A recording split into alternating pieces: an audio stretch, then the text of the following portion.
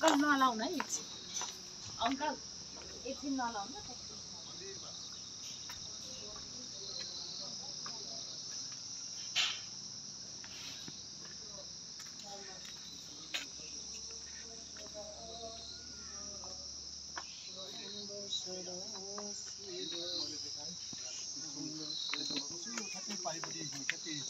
जहाँ जङ्गल जस्तो देखिन्छ वास्तवमा त्यो चाहिँ एउटा कुनै व्यक्तिले लिएको जङ्गल हो यो जङ्गलभन्दा पनि यो पछि रुख रोपिएको र मेरो यो पुर्खौली ठ्याक्कै त्यो बिचमा यो हामी यो जग्गा बेचेर तल बसपात बसेर चाहिँ हामी गएका थियौँ यसको ठ्याक्कै बिचमा चाहिँ हाम्रो पुरानो घर पर्थ्यो अब अहिले छैन यो सुरु छ यहाँ चाहिँ 10 फिट ठ्याक्कै यो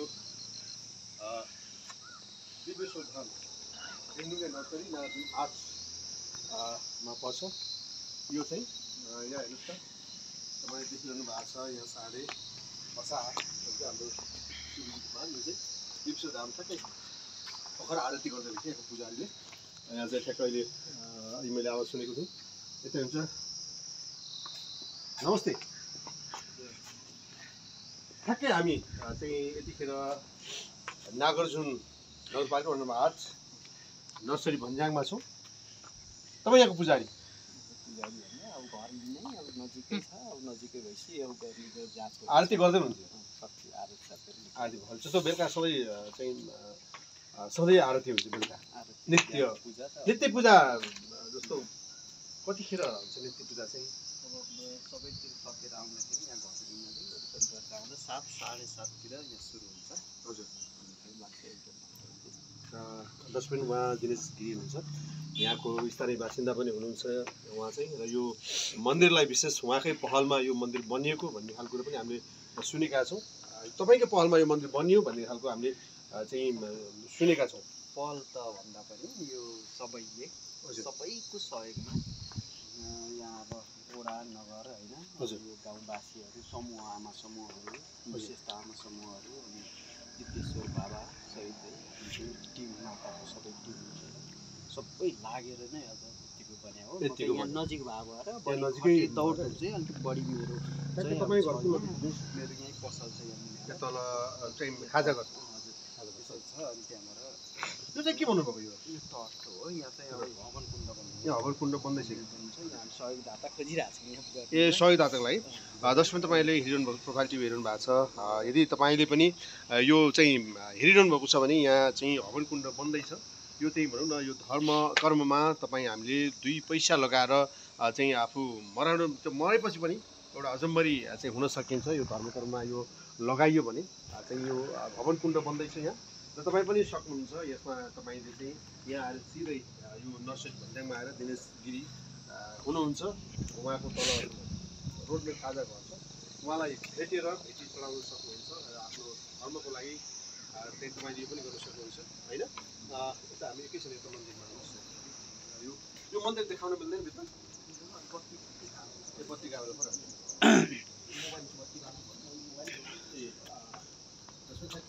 यो बाबाको चाहिँ बुद्ध मन्दिर छ यहाँनिर चाहिँ शिवलिङ्ग हामीले देखिरहेका छौँ बत्तीको अवस्था छ अनि विदेशी बाबासँग यता विक्रम वास्तवमा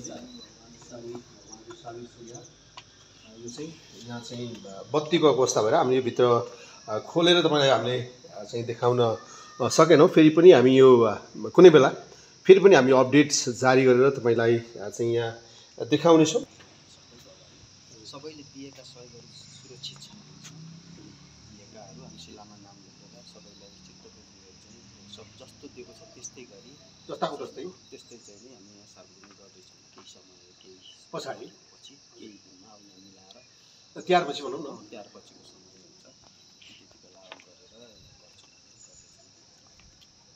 पछि सार्वजनिक गरेर होइन अब यहाँसम्म हुनु यो बाटो अलिकति जस्तो माथि आउनु अलिकति बाटो अप्ठ्यारो देखियो हुन त मन्दिर जहाँ पनि जाँदाखेरि भन्यो भनेदेखि मन्दिरमा हिँडेरै जानुपर्ने हुन्छ योभन्दा मन्दिरसम्म आउने गाडीको सुविधा भन्दा पनि प्रायः मन्दिरहरू गाडीमा हुन्छ हिँडेर जानु पर्छ पहिला मैले मनोकामना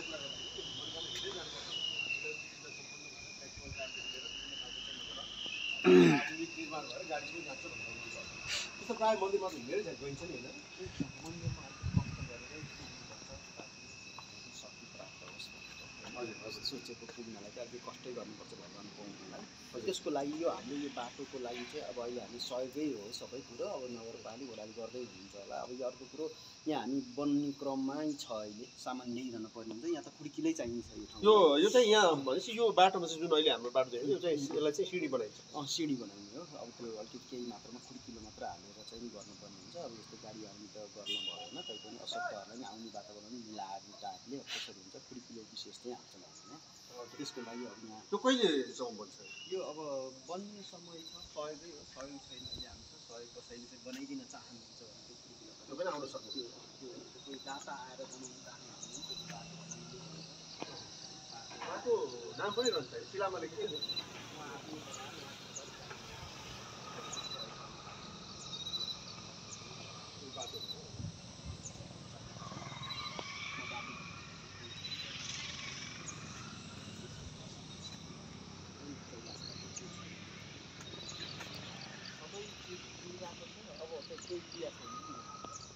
केही आफ्नो मनमा लागेको तपाईँले काहीँ त्यस्तो इच्छा तपाईँको छ भने कहीँ त्यस्तो केही पुगेको छैन अधुरो छ भने तपाईँ दिव्येश्वर बाबाकोमा आएर दर्शन गर्ने तपाईँको इच्छा मनोकामनाहरू तपाईँको पुरा हुन्छ। अहिलेसम्म पुगेको छ यस्तो भयो त्यस्तो भयो भनिरहनुहुन्छ कोही कति टाढा हुनुहुन्छ यहाँबाट आउनुहुन्छ चारै दिशाबाट 14 अञ्चल 75 जिल्लाबाट आउनु भएको छ। विशेष गरी कहिले मेला लाग्छ? मेला त हामीले यो साउनमा त यसपालि यति आउनुभयो कि कहाँ कहाँबाट बस लिएर आउनु दर्शन गर्न। अनि अलिकपछि आउने जाने यस्तै हुन्छ। सोमबार अलि हुन्छ, शिवरात्रिमा हुन्छ, यस्तै यस्तै कार्यक्रम तिजमा हुन्छ होइन। अब सोमबार भगवान्को नाउँमा अब फुर्सद छ भने सधैँ आउँदा पनि अब भगवान् दर्शन गर्दा जहिले पनि ढोका खुल्ला भइहाल्यो होइन। र विशेष पर्वहरूमा चाहिँ अलिकति भिडभाड लाग्ने गर्छ होइन। सबै ठाउँमा प्रायः थाहा भइसकेको छ। जसमा तपाईँ पनि आउन सक्नुहुन्छ। यो तपाईँलाई मैले भने नागार्जुन नगरपालिका वडा नम्बर 8 बसपाकबाट केही 1 किलोमिटर होइन यता 1 किलोमिटर बसपाक भीमडुङ्गा बसपाकबाट 1 किलोमिटर माथि पर्छ। जसमा मैले तपाईँलाई निकै रमाइलो दृश्य देखाइरहेको छु। यो एकदम निकै रमाइलो छ। पर्यटक हिसाबले पनि यो अलिकति भनौँ सुन्दर चाहिँ ठाउँ मानिन्छ, रमणीय स्थान मानिन्छ। यहाँबाट थुप्रै ठाउँ देखिन्छ। मैले तपाईँलाई भनिसकेको छु। अलिकति तपाईँले बताइदिनुहोस् यहाँबाट देख्ने ठाउँहरूको बारेमा अलिकति। जस्तो यहाँबाट अलिकति हामी अब यहाँबाट भनौँ न जसमा देख्नु भएको छ तपाईँले यो देखिने ठाउँ त अब यहाँबाट धादिङ नुवाकोट अनि रसुवा अनि गणेश हिमाल पनि हिमालको समेत देखिन्छ है। जसमा अलिकति यो तपाईँको यो हामी अहिले झ्याङबाट परिरहेको छ। तपाईँलाई म देखाउँछु यहाँ जस्तो तामाङ बस्ती छ पारिपट्टि। यो चाहिँ मजुवा भन्छन्, मजुवा भन्छन्। यहाँले यताबाट चाहिँ सानो मजुवा पनि भन्छन्। माथि झ्याङलेटी भयो तपाईँको। यहाँबाट चाहिँ यो अहिले हामी नुवालो पनि लागेको छ र अलिकति झाडी लिसेको अवस्था छ। तपाईँलाई मैले तलबाट देखाउने छु। यो चाहिँ हामी नुवाकोट धादिङ र गोर्खासम्म देखिन्छ भन्ने हामीले सुनेका छौँ। र अहिले सबभन्दा चिनिने चाहिँ भारतीय सीतापाइला 24 किलोमिटर बाटो मात्र है। यो बाटो एकदम राम्रो छ, एकदम राम्रो छ। धार्केबाट छिरेपछि यहाँ चाहिँ नि तपाईँको 14-15 किलोमिटर यहाँ आइपुग्छ मात्र। यहाँबाट चाहिँ 7 किलोमिटर सीतापाइला मात्र 7 किलोमिटरमा एकदम छोटो अहिले चलेको बाटो। टिकटक बाटो चाहिँ यही नै हो। यहाँ कतिपय दर्शकलाई जस्तो थाहा छैन होला, यहाँ जस्तो यहाँ ऐतिहासिक ठाउँ यहाँ माथि कालु पाण्डेको माथि टाउको गाडिएको भनेर पनि भनिन्छ माथि दर्शकमा होइन। यहाँ माथि स्विजरल्यान्ड पार्क एकदम भनौँ न एकदम त्यो तपाईँको भनौँ न अहिले छिट्टै पनि फेरि बद्रीधाम पनि बनिहाल्यो त्यो माथि। बद्रीधाम छ है माथि। बद्रीधाम पनि माथि भनेपछि यो एकदम ऐतिहासिक पर्यटक स्थल र धार्मिक स्थलको धार्मिक महत्त्व राख्छ। यिनीहरू त माथि एकदम प्रख्यात छँदैछ यहाँबाट होइन। जस्तो अनि हामी त यहाँ कतिको पिकनिकहरू चाहिँ कतिको आउनुहुन्छ? धेरै त्यो यहाँ माथि त टन्नै बिदाको दिन त खुट्टा टेक्नु माथि है पिकनिक स्पट। यो दर्शक भन्दैमा पिकनिक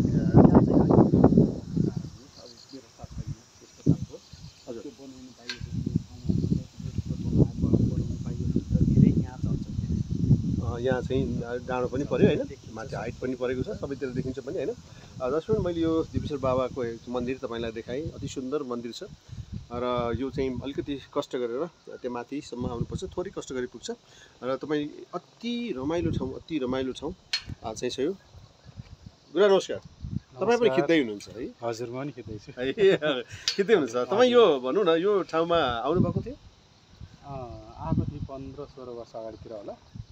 1500 वर्ष अगाडि आउँदाखेरि यो मन्दिर बनाउने भन्ने कुरो चाहिँ थियो। हजुर आज आउँदाखेरि तपाईँको चाहिँ मन्दिरै देख्नुभयो। मन्दिरै देखियो। हजुर मन्दिरै भेट्नुभयो। जस यहाँको नक्सै चेन्ज भएछ है, तपाईँलाई अनौठो लाग्यो? अनौठो लाग्यो, एकदम राम्रो भएछ अहिले। हजुर पहिला चाहिँ हेर्दाखेरि अब बाटो पनि धुलो उठ्थ्यो, खाल्टाखुल्टीहरू थियो, अलिकति समस्या थियो। अहिले चाहिँ बाटो धेरै राम्रो भएछ अनि मन्दिर पनि बनेछ।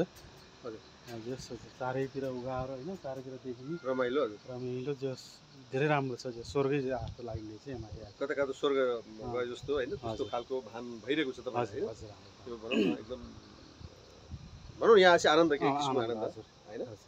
यो त्रिशूल छ नि दिनेशजी, यो कति हाइटमा, यो कति छ यसको? यो हामीले यो मन्दिरले सुहाउने गरिराखेको हो। यो चाहिँ नि 75 फिटको हाइटमा 75 फिट? हजुर राख्नु मिल्थ्यो। अहिले बेला चाहिँ मन्दिर सुहाउने तरिकाले सुहाउने तरिकाले होइन, त्यस्तै 20 फिट जति 20 फिट जति चाहिँ छ होइन यो त्रिशूल है? घर घर घर उठाएको त्रिशूल हो नि।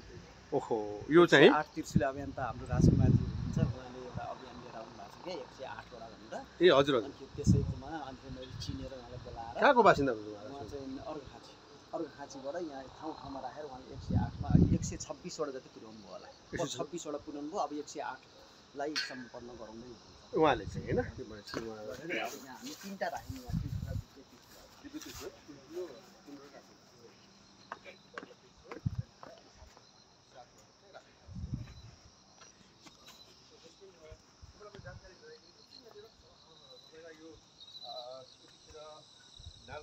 वडा नम्बर 8 नर्सरीमा छौँ हामी। दिपेश्वर बाबाको मन्दिर तपाईँलाई देखाएँ, एउटा चाहिँ पवित्र मन्दिर चाहिँ देखाएँ र धार्मिक र चाहिँ यो आध्यात्मिक दृष्टिले हाम्रो नेपालमा प्रत्येक किसिमका मठ मन्दिरहरू छन्, जहाँ मठ मन्दिरहरू एकदम झन् बढ्ने क्रम एकदम जारी छ। र यहाँ त एकदम पहिलेदेखि नै एकदम स्वर्ग थियो, स्वर्गमा झन् एकदम थपिएको छ, यो धार्मिक हिसाबले पनि एकदम थपिएको छ। र तपाईँलाई कुनै दिन मैले योभन्दा पारिपट्टि त्यहाँ गणेश सेनको मन्दिर छ, जहाँ त्यहाँ पनि तपाईँलाई त्यहाँ देवीको मन्दिर पनि छ, त्यहाँ पनि कुनै दिन त्यसको अपडेट, त्यसको जानकारी पनि गराउनेछु। र आज म भनौँ न संयोगले भनौँ न संयोगले आइरहनु नपाए पनि मेरो आफ्नो जन्मथलो भनेर पनि तपाईँलाई जानकारी गराएको छु। यहाँनिर कहाँनिर म जन्मेँ भने पनि मेरो पुर्ख्यौली चाहिँ घर यहाँ चाहिँ जस्तो त्यस मार्ग पर मैले तपाईँलाई पटक भने पर त्यो देख्नुभएको त्यो बाक्लो गाउँ कुनै भनौँ न यहाँबाट अलिकति ठ्याक्कै कमाउन सक्ने अवस्था भन्दा पनि अलिकति सास पर्न आएको छ। मेरो ससुराली गाउँ पनि त्यही नै पर्छ। मैले पटक भन्दै आएको छु। मेरो साथमै मेरो जीवनसङ्गिनी शब्द बचाइ पनि शब्द होइन, हामी पटक हामी आफ्नै ठाउँमा आइरहेका छौँ र आफ्नो ठाउँमा यस्तो एउटा पवित्र एउटा धर्मस्थल बनेको अवस्था छ। अब हामी मलाई चाहिँ होइन यहाँ भनौँ न हामी सानो छँदा अर्कै थियो होइन, नर्सरी भन्ज्याङ। अहिले अब यस्तो भनौँ न यहाँ यस्तो मन्दिर बन्दाखेरि एकदमै खुसी लागेको छ होइन।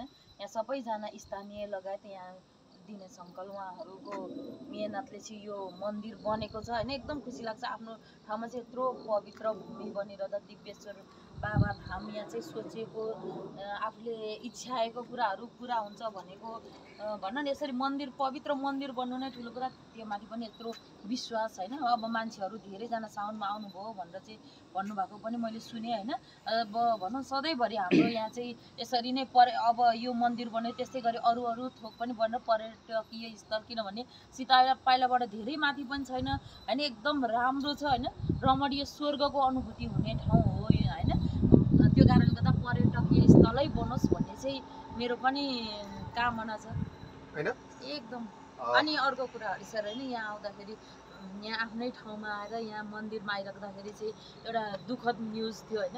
त्यो पनि भनौँ न हामीले बोलिरहेको विपिन जोशीको विषयमा पनि तिहार आउँदैछ होइन।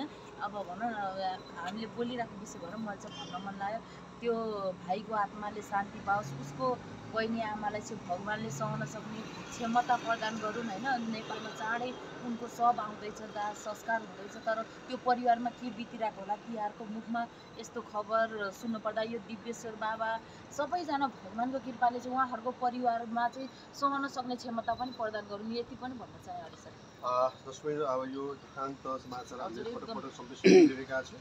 बिपिन जोशी चाहिँ कहिले बिपिन जोशी जिउँदै छन् भन्ने आउँछ हजुर उहाँको डिएनए हजुर अस्ति बगरमा छन् एउटा डिएनए परीक्षण चाहिँ भएर एउटा फेक डिएनए न्युजहरु म्याच भएको भन्ने कुराहरु आएको थियो आए हजुर डिएनए पनि म्याच भइसक्यो डिएनए म्याच पनि भएको छ र उहाँको शव 2 वर्ष अगाडि नै युवाको चाहिँ हत्या भएको भनेर अनि इजरायली सरकारले के भनेको रहेछ भने बिपिन जोशीको हत्याबारे चाहिँ हामी अनुसन्धान गर्छौं र त्यहाँ भनौँ न बिपिन जोशीको परिवार बिपिन जोशीलाई इजरायली नागरिक सरह नै भनौँ न सम्मान दिने र उहाँको परिवारहरूलाई पनि भनौँ एकदमै साथ सपोर्ट दिने भनेर चाहिँ इजरायली सरकारले पनि यो घोषणा पनि गरेको रहेछ भनौँ न त्यति हुँदाखेरि पनि अलिकति भए पनि मलम त लाग्छ तर आफ्नो छोरो फर्केर आएन त्यो आमालाई के भएको होला आफ्नो दाइ बहिनी पुष्पाले 2 वर्ष भयो मेरो मैले चाहिँ दाइलाई टिका लाउन नपाएको यो पालि त पाउँछु होला भनेर दिएको इन्टरभ्यू चाहिँ भनौँ न सधैँभरिको लागि चाहिँ त्यो मखमली चाहिँ फलेको फले उइलाको उइलै हुने भयो अनि एकदम दुःख लाग्छ एउटा भनौँ न एउटा दुखान्तमा पनि